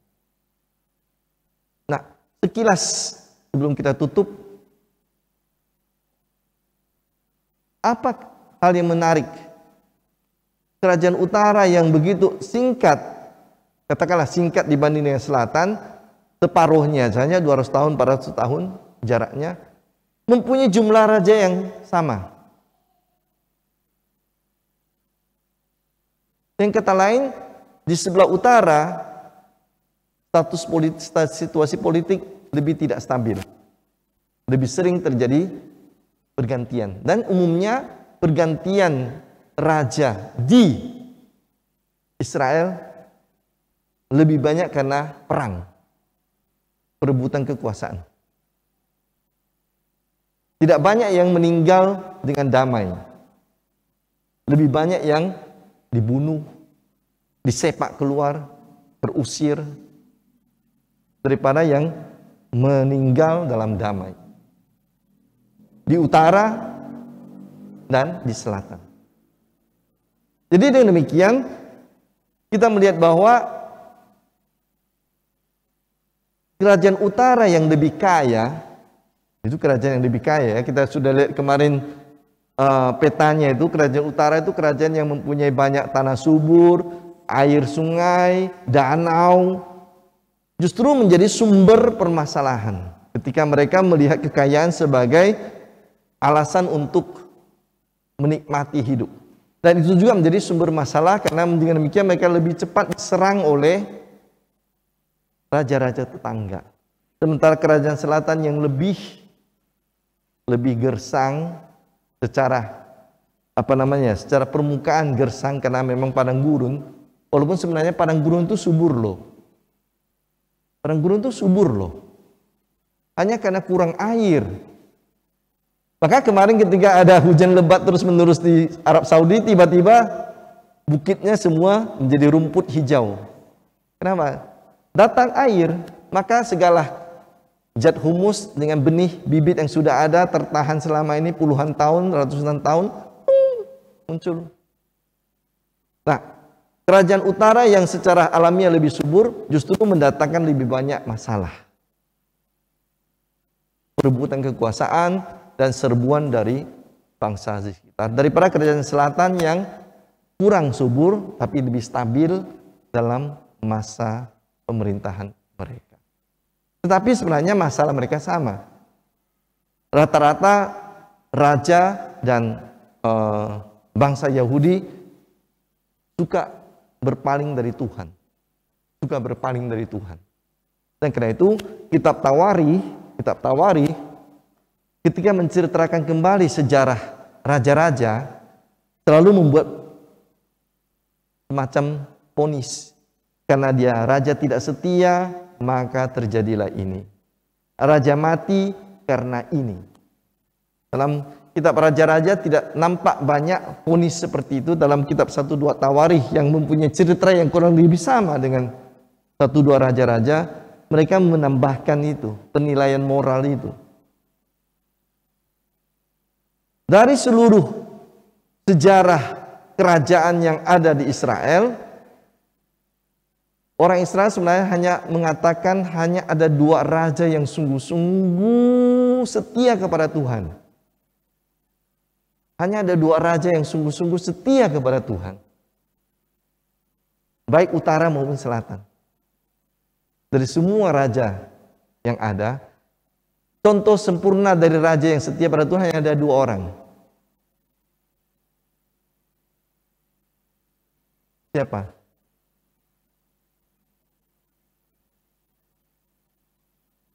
Yang dianggap sebagai raja yang ideal. No. Salomo tidak setia. Salomo mendatangkan masalah dan kan itulah dilihat sebagai salah satu penyebab mengapa bangsa Israel pecah jadi 2. Iya, yang baik, yang ideal. Yosia dan Hizkia, 2. Yosia dan Hizkia. Karena dua-duanya berusaha untuk menerapkan hukum Tuhan dengan baik dan membuang semua altar dewa-dewi asing. Ada beberapa raja yang berusaha masih menerapkan hukum Tuhan, tetapi mereka masih membiarkan altar-altar dewa-dewi asing itu di Yerusalem. Hizkia dan Yosia bukan hanya berusaha menerapkan hukum Tuhan dengan baik, tapi juga mereka mencoba untuk mengusir, membersihkan semua altar dewa-dewi dari Yerusalem, dari kota suci Allah. Daud sama sekali bukan contoh yang baik. Dia pernah berselingkuh, bahkan membunuh, kan itu. Dia otaknya kan itu. Ya mungkin seperti si yang sekarang sedang proses pengadilan itu, dalangnya itu. Lalu Salomo mendatangkan terlalu banyak istri dan selir yang mengakibatkan munculnya banyak sekali aliran-aliran dewa-dewi asing yang dibawa oleh keluarga-keluarga istri dan selir mereka itu. Sehingga iman orang Israel justru digoda dan menyeleweng. Rumput tetangga kelihatan lebih hijau. Ya Pak Frans? Itu yang terjadi dengan orang Israel. Begitu banyak altar dewa-dewi asing datang dengan ritus mereka, dengan cara mereka. Orang Israel pelan-pelan belanja ke tetangga gitu ya. Rupanya masakan tetangga biasa lebih enak dari masakan istri di rumah sendiri gitu. Itu bahaya. Jadi ini yang terjadi dengan Salomo. Dia bijaksana tetapi dia memasukkan bahaya yang terlalu besar dan mengakibatnya kehancuran kerajaan Israel juga. Jadi hanya 2 sebenarnya yang ideal. Dari 40 lebih raja itu hanya 2. Yosia dan Hizkia. Ini dia. Hizkia, Yosia itu cucunya ya. Cicit. Anak cucu cicit. Bukan raja yang luar biasa dalam segi militer ya. Itu tidak dilihat sebagai kehebatan, tapi dalam kesetiaan kepada hukum Tuhan. Itu yang menjadi kriteria bagi penulis kitab suci. Baik, saudara-saudari, inilah sekilas secara sangat singkat apa yang bisa kita lihat di dalam benang merah teologi dari kitab Taurat Musa dan kitab-kitab sejarah. Terima kasih. Baik, terima kasih. Kita beri aplaus buat Pastor. Terima kasih Pastor Tony. Ya. Apa kita beri kesempatan untuk tanya jawab, Pastor? Boleh? Kita beri kesempatan untuk 4 orang bertanya. Sudah ada yang mau bertanya, Pastor. Berarti dia sangat tertarik dengan materi hari ini. Silakan Ibu. Terima kasih. Saya Ibu Lili dari Paroki Agustinus Keburaya. Menarik sekali walaupun saya terlambat promo tentang sejarah kitab suci, cuma saya ingin mengimplementasinya dalam kehidupan kita zaman sekarang tentang kisah raja-raja yang dosa dan pengampunan yang ada di kitab suci tadi. Berapa kali sejarah berulang bahwa diselamatkan, berdosa lagi, diampuni, nanti akhirnya turun naik fluktuasinya. Ya, jadi dia turun naik sampailah akhirnya yang usia dan itu yang akhirnya berusaha setia. Dan di situ adalah yang berhala kan Pak Romo, dewa-dewa. Nah itu yang ingin saya dalami pemahamannya. Takutnya persepsi saya yang berbeda. Apakah dalam pandangan Katolik bahwa dewa-dewi yang zaman sekarang orang percayakan dan disembah itu menjadi satu keyakinan itu berhala? Nah, hanya mau tahu itu saja. Dewa Dewi, kan raja-raja ini kan dianggap berdosa lagi karena tidak menyembah Allah, menyembah Dewa Dewi kan. Tanda kutip Dewa Dewi kan tak dibilang yang mana. Dewa Dewi. Nah sementara kan zaman sekarang masih ada kan Dewa Dewi. Apakah Dewa Dewi yang di dalam kitab suci dengan Dewa Dewi yang saat ini masih ada dianggap berhala oleh kita? Artinya di dalam Injil nih Dewa Dewi itu juga dianggap satu kok kita itu adalah satu berhala. Saya ingin kepastian Romo karena nanti kita misalnya ikut kalau ada acara apa kita juga mentoleransi gitu loh Romo, lalu kita kayaknya terlibat dalam hal yang harusnya tidak kita ikuti. Begini, Ya. dalam sejarah Israel, dewa-dewi itu ya sebagai simbol, misalnya dewa Molok, dewi kesuburan, dengan ritus-ritus yang memang bertentangan dengan iman orang Yahudi.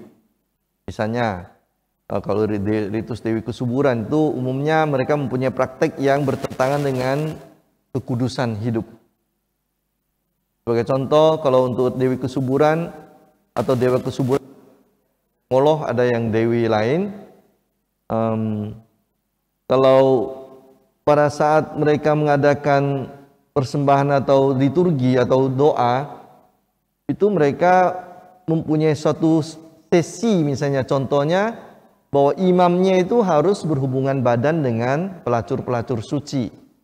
Jadi perempuan-perempuan yang memang dipilih secara khusus, diseleksi dari kalangan perempuan yang ada, misalnya harus perawan, harus sempurna badannya, harus cantik, harus muda, tidak boleh ada cacat. Nah, itulah nanti yang harus ikut dalam ritus dewi kesuburan dan mereka tidur dalam proses liturgi itu. Dia sungguh-sungguh tidur. Bukan tidur dalam arti tidur begini ya, kita mengerti maksudnya tidur itu kan. Itu sebagai simbol dari permohonan mereka supaya nanti hasil dari upacara itu menghasilkan keturunan, dan itulah tanda bahwa dewa mereka akan mendatangkan kesuburan bagi tanah tahun itu. Jadi anak yang lahir dari upacara itu adalah tanda bahwa dewa akan mendatangkan kesuburan bagi tanah untuk panen tahun seperti itu. Nah itu tentu bertentangan dengan iman orang Yahudi tentang jangan berbuat cabul misalnya kan itu. Itu ada dewa-dewi zaman dulu itu ada, bukan sekedar sebagai simbol saja.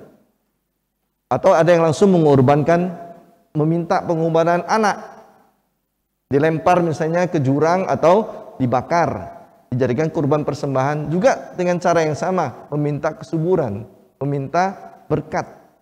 Nah, itu tentu juga bertentangan dengan perintah jangan membunuh, menghargai kehidupan untuk orang Israel. Nah, untuk kita sekarang kalau kita mau terapkan bisa saja dalam arti yang benar, kita percaya kepada tanda petik Allah yang lain, walaupun dalam konteks tertentu orang Israel juga mengatakan sebenarnya dewa-dewi tidak ada. Itu ya menarik juga bagaimana teologi mereka itu berkembang sebenarnya. Orang Israel juga berkembang dewa-dewi. Dalam Mazmur-Mazmur kita lihat ada dewa-dewi yang menjadi bawahan Tuhan, tapi di lain pihak ada juga Mazmur mengatakan dewa-dewi sebenarnya tidak ada. Entah apapun itu, tetapi kalau kita bicara dengan zaman kita masa kini, bisa dalam dua arti yang sama.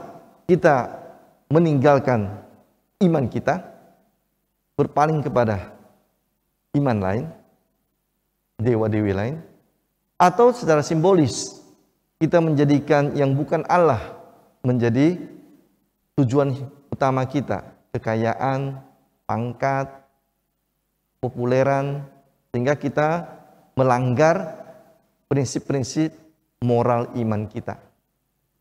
Demi kekayaan kita rela membunuh orang, demi kepopuleran kita rela memfitnah orang. Itu juga bisa tanda petik dewa-dewi modern.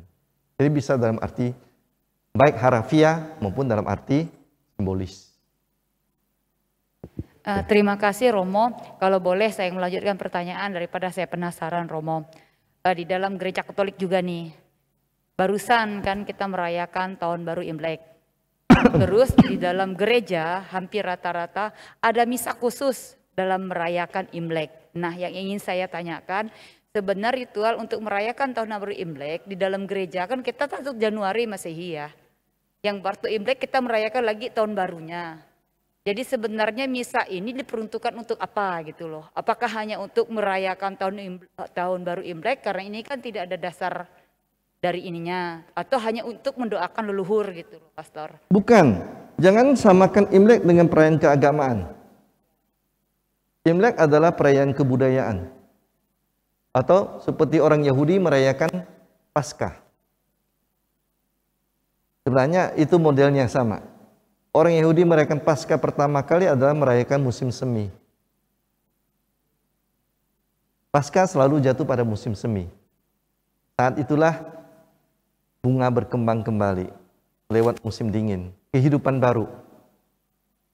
Mulai panen juga, bisa mulai menanam tanaman untuk panen nanti. Baru kemudian orang Yahudi memberi tanda Paskah kepada saat orang Israel keluar dari Mesir. Itu di anti rohani. Lalu kemudian Katolik menambah lagi makna baru, Yesus bangkit. Jadi Paskah itu adalah perayaan alam pertama-tama yang diangkat menjadi perayaan rohani, baik oleh orang Yahudi maupun orang Kristen. Imlek begitu modelnya. Itu adalah pesta musim semi. Pesta di mana siap untuk memulai kehidupan baru. Karena itulah bunga pertama berkembang, mehua yang dipakai itu sudah dibongkar. Itulah bunga yang pertama berkembang pada saat musim semi. Jadi itu penanggalan yang menandakan siklus waktu berubah. Dan saat itulah di mana dunia sebelumnya tidur di dalam kedinginan, tanda petik seperti kematian, kegelapan, sekarang membuka pada kehidupan. Pesta musim semi di awal. Maka selalu disebut, sebenarnya asli di Tiongkok disebut Chun Jie. Chun Jie artinya pesta musim semi. Lalu penanggalan yang berdasarkan bulan itu memakai ini sebagai awal dari tahun baru. Ketika dihubungkan dengan kelahiran dari si Feng Se, seorang tokoh yang sangat dihormati di Tiongkok, Feng Se. Maka dihitunglah tahun dia lahir sebagai tahun pertama untuk penanggalan bulan. Karena dunia timur umumnya memakai penanggalan bulan. Imlek, lek penanggalan, malam bulan. Jadi sebenarnya perayaan Imlek adalah perayaan syukur atas datangnya waktu yang baru, musim semi, di mana kita memulai lagi hidup baru. Jadi siapapun bisa merayakan Imlek, tidak terkait dengan agama. Di Tiongkok yang tidak beragama merayakan Imlek, yang Buddha merayakan Imlek, yang Hindu merayakan Imlek, yang komunis merayakan Imlek, yang Islam merayakan Imlek. Di Vietnam, Thailand, Kamboja, Laos, Jepang, Korea, semua merayakan Imlek. Karena mereka merayakan perubahan musim dan perubahan tahun. Jadi karena itu juga banyak orang tidak suka, terutama di daerah yang di mana tidak mayoritas orang Tionghoa, mereka sebut Chinese New Year. No, itu bukan perayaan orang Tionghoa, perayaan penanggalan bulan. Maka mereka mengubah menjadi Lunar New Year. Jadi tahun baru bulan, karena penanggalan bulan. Karena itu diikuti oleh bangsa-bangsa yang bukan orang Tionghoa juga. Dan itu tidak terkait sebenarnya sama sekali dengan di Indonesia, karena alasan politik, Konghucu disebut agama. Di Tiongkok, Konghucu itu tokoh pemikir filsafat manusia yang dihormati oleh semua orang Tiongkok, orang Korea, orang Jepang, orang Vietnam. Pemikirannya tentang kehidupan dan kemanusiaan itu yang mereka lihat. Tidak ada hubungan dengan agama. Tapi di Indonesia, yang alasan politik itu menjadi agama. Jadi kadang-kadang ada rancu di situ. Wah, kita merayakan agama Konghucu. Pesta budaya itu, pesta kehidupan. Sama dengan kalau kita mau merayakan naik dango. Nah, naik dango kan, itu pesta adat taman panen. Nah, itu. Atau kalau orang Jawa itu ada tahun baru. Apa namanya itu? Kalender Jawa sebenarnya ada ya. Nah, itu juga. Orang Hindu ada tahun baru Saka juga. Nah, itu sebenarnya modelnya situ. Jadi aslinya itu tidak ada hubungan dengan agama. Kita tak usah takut untuk merayakan Imlek. Itu perayaan kehidupan baru, perayaan musim semi baru. Chuncie. Pesta musim semi. Terima kasih Romo. Yo. Sudah puas Bu ya? Tidak penasaran lagi ya? Baik, kita lanjut berikutnya. Silakan. Pak Frans, silakan. Bukan Pak Pran, Pak Atong rupanya. Pak Atong, betul Pak Frans. Selamat malam Romo. Tadi ada beberapa tahap perjanjian Allah dengan manusia. Dan Romo menyampaikan bahwa manusia selalu mengingkari perjanjian itu. Lalu pertanyaan saya, bagaimana dengan peristiwa-peristiwa kehidupan, terutama di perjanjian tahap kedua dengan Nabi Nuh, bahwa tidak akan mendatangkan air bah kembali. Yang terdekat adalah peristiwa tsunami Aceh dan tsunami yang terjadi di Jepang. Bagaimana peristiwa itu, apakah bisa dikatakan Allah sedikit mengingkari janjinya, atau Allah mengingatkan manusia akan janjinya? Itu saja Romo. Ada hal yang sebenarnya lebih bersifat alam, ada hal yang dipandang dengan kacamata iman. Peristiwa alamiah. Gunung berapi meletus. Itu adalah kodrat dari alam bumi yang masih hidup ini. Gempa bumi. Yang sekarang sering terjadi. Kenapa? Bumi kita di bawahnya ada bergoyang, kan? Ada jalur-jalur tertentu gitu. Tidak otomatis itu harus Allah yang menjadi kambing hitamnya, kan itu. Kita hidup di dalam suatu dunia yang memang tetap berkembang, bergerak, dan otomatis ada dampak. dampak baik dan dampak buruk. Ketika ada gunung berapi, dampak baiknya ialah tanah subur, kan itu. Mengapa Kalimantan tanahnya kurang subur? Ya, kita tidak mempunyai sumber yang bisa menghamburkan begitu banyak humus untuk kita. Tapi ya untungnya kita agak jarang lah mendapat bencana-bencana yang seperti terjadi di tempat lain. Kecuali kita kena longsor, atau kebakaran hutan. Jadi ini suatu peristiwa alamiah yang orang bisa memandangnya dengan kacamata apa saja.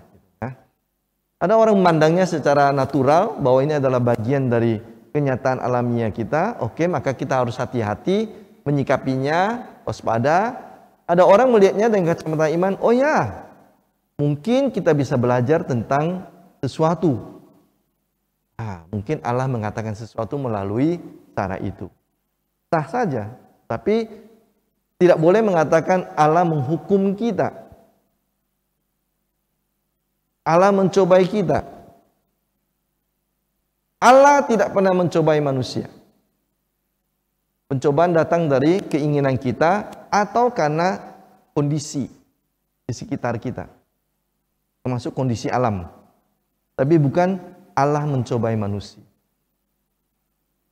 Karena pencobaan itu sesuatu yang dalam dirinya negatif, membuat manusia menderita. Tapi kalau kita belajar dari itu, apakah saya bisa melihatnya sebagai suatu cobaan untuk memperkuat iman saya? Silakan. Tetapi bukan, wah Allah sekarang sedang menghukum saya. Allah sekarang sedang mencobai saya. Allah tidak pernah mencobai siapapun. Teks Yakobus mengatakan dengan jelas. Allah tidak pernah mencobai siapapun. Cobaan itu sesuatu yang dalam dirinya kurang. Entah karena kita didorong oleh keinginan kita yang salah, terlalu besar, atau yang kurang rasional, atau karena situasi lingkungan yang membuat munculnya hal-hal yang tidak menyenangkan untuk kita. Tapi kalau kita mau melihat hal tersebut sebagai suatu cobaan untuk memperkuat iman saya, sah. Tapi bukan dikaitkan langsung dengan Tuhan. Baik, terima kasih. Kayaknya waktu sudah habis ya. Ibu Ketua Panitia udah tunjuk-tunjuk jam 9. Jadi kita tutup saja. Bila masih ada pertanyaan, silakan diketik di grup WA. Ya. Pastor Paulus pasti dengan senang hati menjawab. Beliau selalu siap dengan jawabannya. Ya. Allah tidak pernah mencobai kita, yaitu ada di kitab Yakobus, saya ingat sekali. Dan Allah selalu baik sama kita. Ya, kita aja selalu mengulang dosa, gitu ya. Udah ngulang dosa yang satu, nanti makin berkembang dosanya. Kita harusnya terus belajar, karena udah dikasih tahu dengan pastor kan, dosa itu berulang-ulang sampai sekarang juga berulang. Kita berusaha untuk tidak mengulanginya. Baik, untuk bulan Februari ini ya setiap minggu, setiap Senin kita ada jadwal ya. Jadi hari ini tanggal 6, nanti tanggal 13, tanggal 20 dan tanggal 27.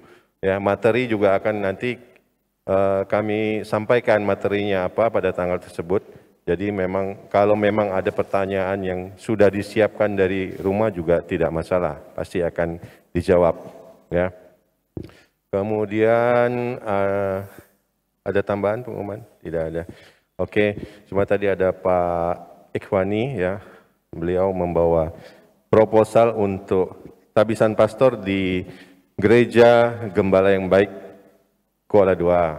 Ya, jadi bila ada Bapak Ibu yang mau menyumbang, boleh lihat proposal dengan beliau, uangnya ditransfer kemana, silakan. Ya, Pak Ikhwani ya. Oke, baik, terima kasih. Kita tutup dengan doa, Pak Frans. Silakan. Nanti akan ditutup dengan berkat oleh Pastor Paulus Tony.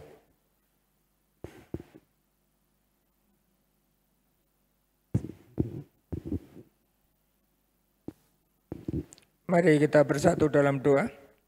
Dalam nama Bapa, Putra, dan Roh Kudus. Amin.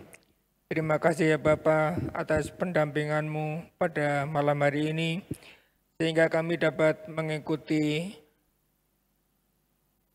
kursus kitab suci yang diberikan oleh pastor kita, Pastor Tony.